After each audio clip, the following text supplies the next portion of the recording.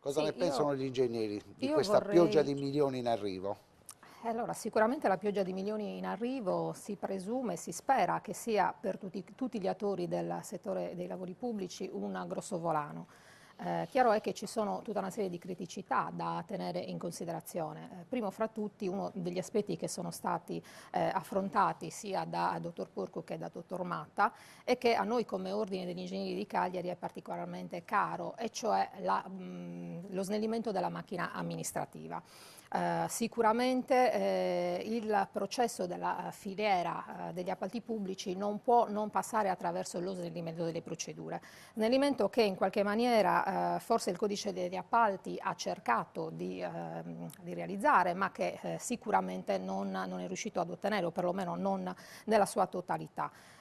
Questo è uno degli aspetti, dicevo, molto cari a noi come ordine, soprattutto perché noi stiamo investendo su quella che è la sburocratizzazione della macchina amministrativa, sulla semplificazione, ma soprattutto sulla qualità e sulla professionalità dei professionisti interni ed esterni alla pubblica amministrazione.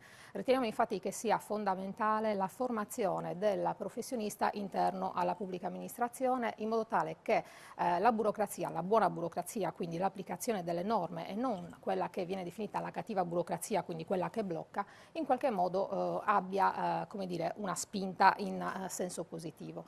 Noi come ordine ci siamo sicuramente proposti in questi 3 anni, ed è quello che insomma, è la nostra come dire, il nostro obiettivo anche in seguito, come punto di riferimento per tutti gli attori del settore. Vogliamo essere un interlocutore molto forte per la pubblica amministrazione, ma per le imprese, per chiaramente le associazioni di categoria in genere, cercando in qualche modo di creare come dire, quella sinergia che ci consentirebbe e che ci consentirà, se riusciamo a mettere in piedi questo nostro progetto, ci consentirà in qualche maniera di incidere in maniera positiva su tutto il processo degli appalti pubblici. In questo senso abbiamo collaborato con la Regione, abbiamo collaborato per la stesura di quella che era.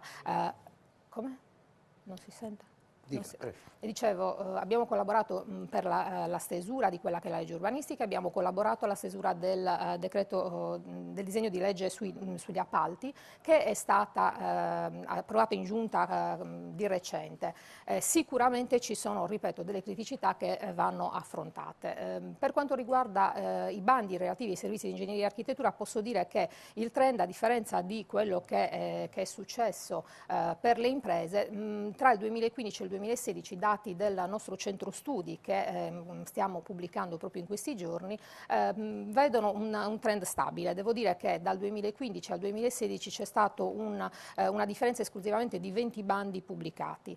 Noi facciamo come Ordine degli Ingegneri un'attività di monitoraggio in collaborazione con la Federazione degli Ordini degli Ingegneri della Sardegna, monitorando tutti gli appalti che ci riguardano chiaramente a livello regionale, e devo dire che come numeri, poi magari ne parleremo in una maniera più In approfondita maniera dopo, specifica? sì, come numeri devo dire che, ripeto, il trend è stabile. Sicuramente l'arrivo di tutti questi fondi potrebbe essere come dire, una risorsa importante che però dobbiamo in qualche modo focalizzare in modo tale che i bandi siano fatti perché restino in Sardegna parte di queste risorse. E questo credo che sia un aspetto fondamentale, nel senso che la criticità dei bandi che ci riguardano, effettivamente una delle criticità dei bandi che ci riguardano è sicuramente la scelta di criteri, spesso anche come dire, identificati in maniera erronea, che rendono il mercato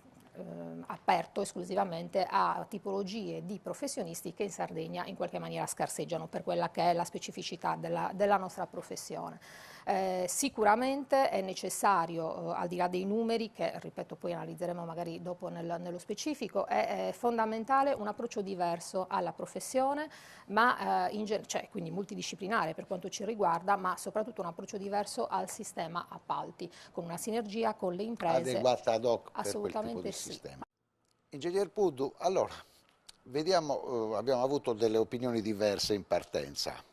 Abbiamo quella di Matta che è opposta a quella di Porcu e soprattutto so già che Tilocca sarà negativo su questa questione, anche perché loro come ANCE lo sono stati dal giorno dopo la pubblicazione del bando. Prego. Allora, per quanto ci riguarda, sicuramente non possiamo che essere soddisfatti della modifica che il codice, che è entrato in vigore ad aprile dello scorso anno, ha apportato per quanto riguarda quello che diceva poi Tilocca prima, ossia il fatto che oggi deve andare a gara il progetto esecutivo, quindi c'è la riduzione, una forte riduzione dell'utilizzo dell'appalto integrato che invece aveva preso molto piede con il 163. Oggi il 50 ha limitato fortemente l'utilizzo dell'appalto integrato. Per noi questa è una cosa importante.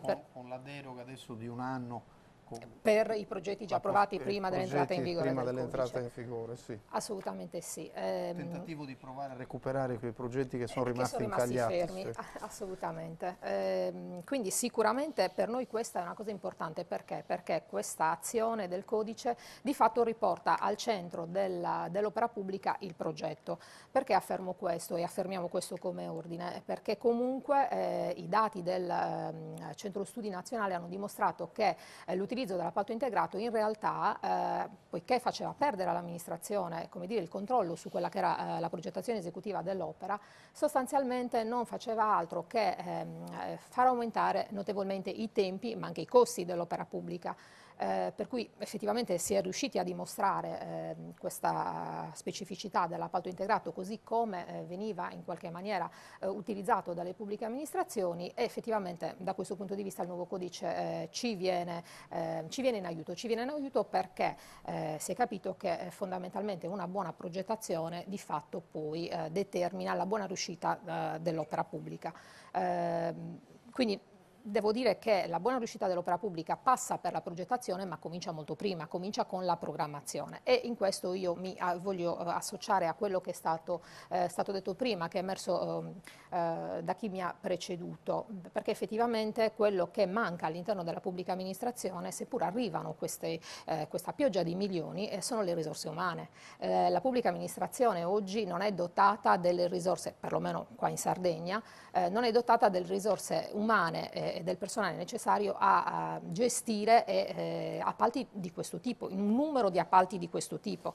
Il discorso della centralizzazione del numero di stazioni appaltanti può essere condivisibile o meno, diciamo che lì è una questione un po' di punti di vista. Sta di fatto che se io comunque accentro gli appalti superiori ai 150.000 euro che debbano essere gestiti dalle unioni dei comuni e non doto le unioni dei comuni del personale in grado di gestire questi appalti, ma il personale dell'Unione dei Comuni oggi è costituito dallo stesso personale dei comuni, sostanzialmente sto togliendo risorse umane al comune per portarle all'interno dell'Unione, quindi non è cambiato ben poco. Assolutamente sì.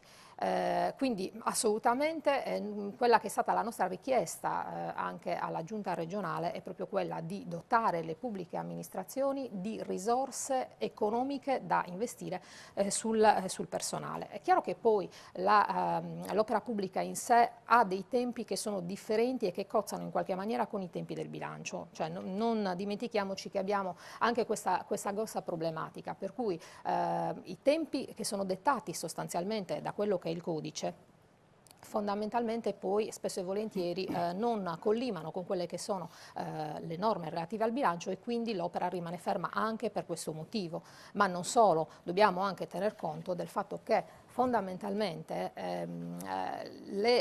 la programmazione da parte della stessa regione spesso è fortemente in ritardo, per cui se la pubblica amministrazione riceve i fondi a fine anno, che può essere a novembre come è successo l'anno scorso per le opere immediatamente cantierabili, e l'amministrazione si ritrova a doverle spendere nel giro di un mese, spesso e volentieri, vuoi perché ci sono degli altri impegni assunti, vuoi perché c'è la mancanza del personale, come dicevo prima, tutto questo processo non si chiude.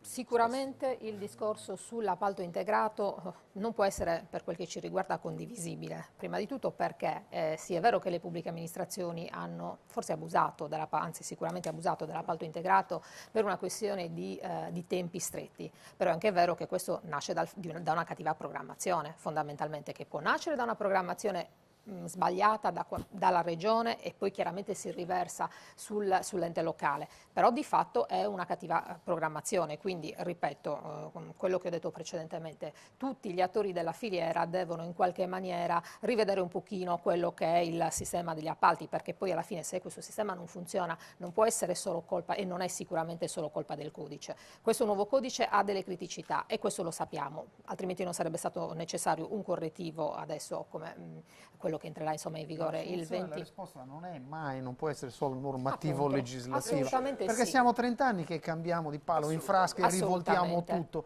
e ovviamente non siamo poi coerenti nel gestire i processi con responsabilità, etica, rigore, perché queste sono Senza ombra di le dubbio. cause del Senza ombra problema di dubbio. italiano, perché possiamo prendere qualunque altra legislazione, portarla qui in Italia e non funziona perché ovviamente i soggetti della filiera hanno dei problemi a Assolutamente conformarsi sì. a logiche che Assolutamente possano sì. essere di un certo tipo. Poi, detto questo, è evidente che lo Stato o le istituzioni devono fare la loro parte e promuovere questo processo virtuoso di qualificazione, di competenze, perché senza gli strumenti è evidente che anche la riforma più virtuosa e Certo. costruita tecnicamente bene non può camminare. Però vorrei rispondere ancora a Tirocca su un altro aspetto, e cioè l'abuso abuso, tra virgolette, delle procedure negoziate.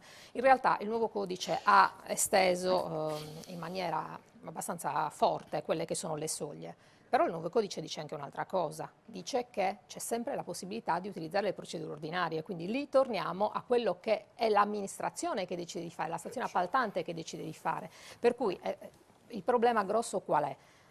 La difficoltà ad avere personale, ovviamente, per la gestione, perché è chiaro che la gestione di una procedura negoziata è molto più snella ed ha dei tempi decisamente più ridotti rispetto a quella che è una procedura aperta. In linea di massima è così, è chiaro che se poi io faccio una procedura aperta mi ritrovo ad avere, se parliamo di lavori, mi ritrovo ad avere magari 150-200 ditte che partecipano, ma stesso discorso vale per i professionisti, noi abbiamo lo stesso identico problema. Quindi da quel punto di vista è una scelta strategica dell'amministrazione, cioè cerchiamo di capire che non è troppo semplice dare la colpa al codice degli appalti e poi come questo viene applicato fondamentalmente, cioè la difficoltà sta nelle pieghe della norma, non sta nella norma in senso stretto. Sicuramente non posso che condividere quanto detto dal sindaco, anche per quanto riguarda i servizi di ingegneria e architettura. Diciamo che fondamentalmente per quanto riguarda gli appalti grossi la realtà sarda è formata sostanzialmente da liberi professionisti singoli, quindi diventa difficile avere quelli che sono i requisiti per partecipare a gare di una grossa entità. Sicuramente quello che è il nostro obiettivo e l'indirizzo che stiamo prendendo come ordine è quello della multidisciplinarietà. Prima di tutto perché non si può più pensare di coltivare il proprio piccolo orticello indipendentemente da tutto il contesto, sia perché comunque è impensabile avere tutte le competenze necessarie per una progettazione in un appalto pubblico oggi, sia per quello che ti richiede il codice, ma sia per quello che ti richiede la normativa, un po' tutto quanto. Quindi sicuramente anche con la rete delle professioni tecniche stiamo andando in questa direzione della multidisciplinarità e dell'aggiornamento continuo. Beh, l'aggiornamento continuo è una cosa per legge, ma voglio dire, se fai professione devi necessariamente aggiornarti continuamente, questo se fai professione anche all'interno della pubblica amministrazione, per tornare un po' al discorso precedente, quindi sicuramente quell'approccio è fondamentale. Non dimentichiamo una cosa che è stata messa in evidenza prima, il nuovo codice privilegia l'apertura verso quelli che sono i lotti, cioè nel senso la specificità delle piccole realtà. Quindi in questo senso, in teoria, questo è quello che prevede la normativa. Per cui effettivamente le amministrazioni dovrebbero andare in quella direzione, sia per quanto riguarda i lavori, sia per quanto riguarda i servizi. E questo consentirebbe l'accesso a quelli che sono i professionisti del settore che magari non sono riusciti a strutturarsi perché comunque dobbiamo dire la verità, non si può pensare di avere i requisiti negli ultimi 5 anni se negli ultimi 5 anni la filiera si è completamente bloccata.